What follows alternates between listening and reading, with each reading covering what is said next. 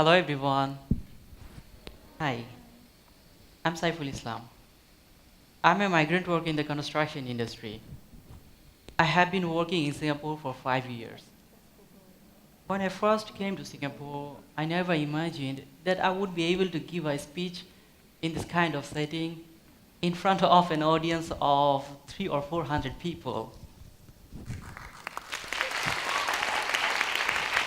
In fact, 1 year ago, I didn't even speak English. I didn't even know what a TED Talk was. I first watched a TEDx video in our oral presentation lesson at SDI Academy, and today I'm honored to be given this opportunity to speak here. Thank you very much.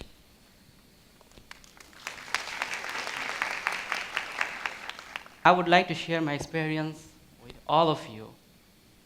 To be honest, there has not been much interaction between us. We use the same MRT trains, walk on the same escalators, withdraw money from the same ATMs, buy vegetables at the same supermarket, and even eat at the same hawker center. Yet, we do not talk. It's like we are invisible to each other's existence. Fortunately, there has been a significant increase in the level of awareness and interaction in more recent years. The reason there was a lack of awareness was because we do not know much about each other. And when we do not know much about each other, our differences are highlighted. And our similarities are neglected. But we are much more similar than we realize. I say this on behalf of all my migrant worker brothers. You and I may not talk. Maybe we may not speak the same language even. But we share a lot of similarities. For example, both of us are very casual. Singaporean, we love to queue for food, offer, discount. As a migrant worker, we also love to queue for shower in the dormitory after coming back from work. I'm kidding, nobody likes to queue, but you get my point. Okay, there are, however, some very real similarities. Both Singaporean and us have dreams that we are working very hard to achieve. Both of us care for our family and loved ones. Both of us sacrifice so that our families and our children can have a better future. I'm a Bangladeshi. I was born in Isapura. This is a small village. And I dropped out of school when I was 15 years old because of my family's financial problem. This economic burden robbed me of my golden life. I took a job in a garments factory. I worked long hours and even weekends. But I was still only able to save very little to support my family. One day, my friends told me that if I took a job in Singapore, I could better help my family. I then went and found an agent who told me that he would charge me a lot of money to get me a job in Singapore. As you may have heard, agents charge a huge sum of money. To raise this money, my parents sold their ancestral land and took a loan from a relative. This was a very painful time in the history of my life. I finally was able to come to Singapore on April 24, 2011. My life was here very difficult. I did back-breaking labor.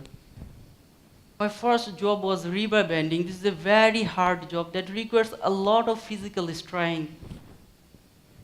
After work on my first day, I could not sleep at night because every part of my body ached. I wanted to cry, but no one was there to listen my sobs. In my room at night, I was surrounded by a sea of people, maybe 20.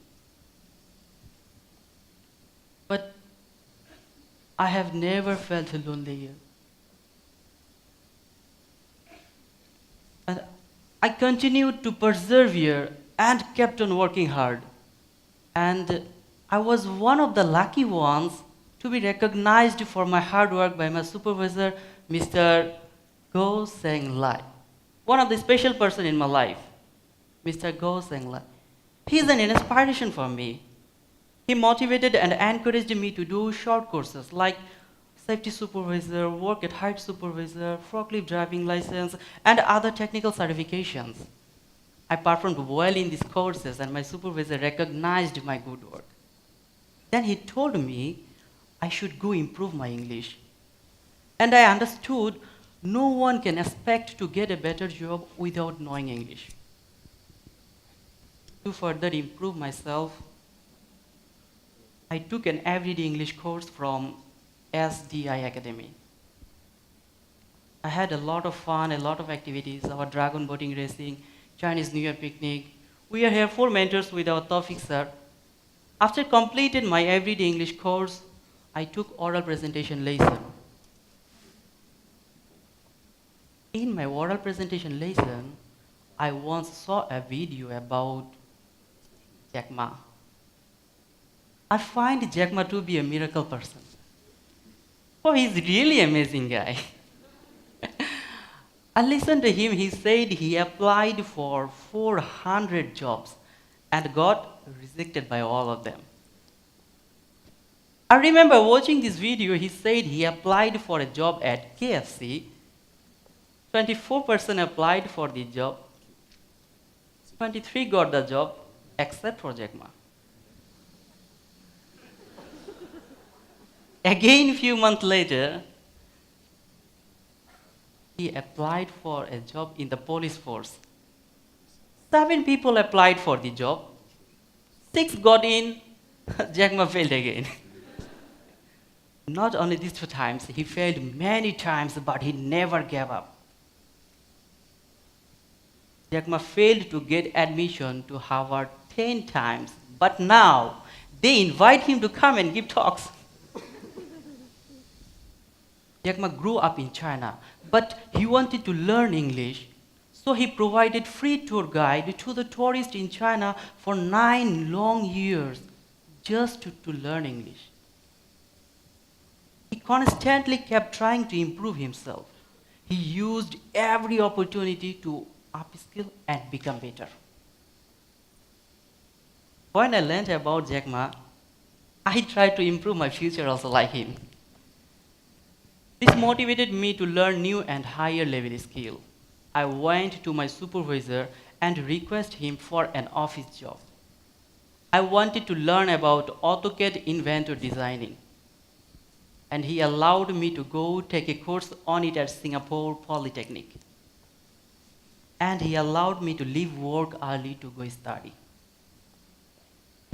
Once I finished my course, my company gave me a position in the office.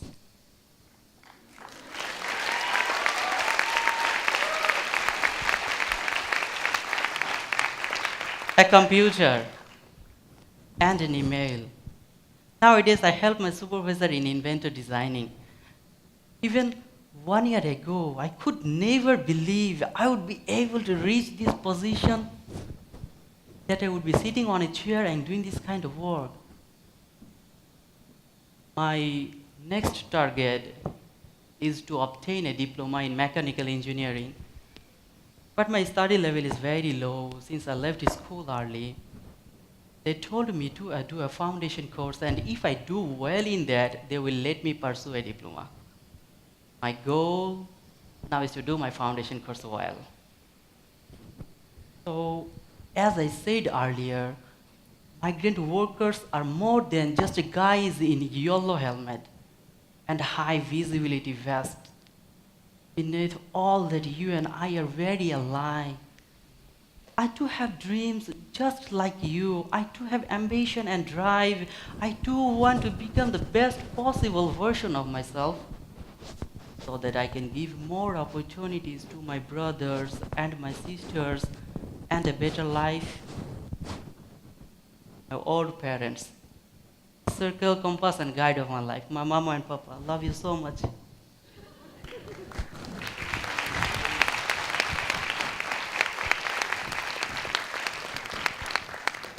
Singapore, and all of you also shared that same passion. 60 years ago, just 60 years ago, Singapore was a third world country. But today, it's number one country. It's development number one. It got world-class facilities comparable to US or Europe. It is possible because you all made sacrifice. You all worked long hours and very hard to make all this possible. It is this similarity of ambition that binds migrant workers and Singaporeans together. As for the differences, our small, little differences are what makes us unique and add flavor to our society. This brings diversity to this country. And I sincerely believe that diversity is a strength and not a weakness. We both add value to each other's life. So let us take a step towards one another and meet each other halfway. And as we do that, we are building bridge for each other. It doesn't have to be very difficult. Really, it doesn't have to be very difficult.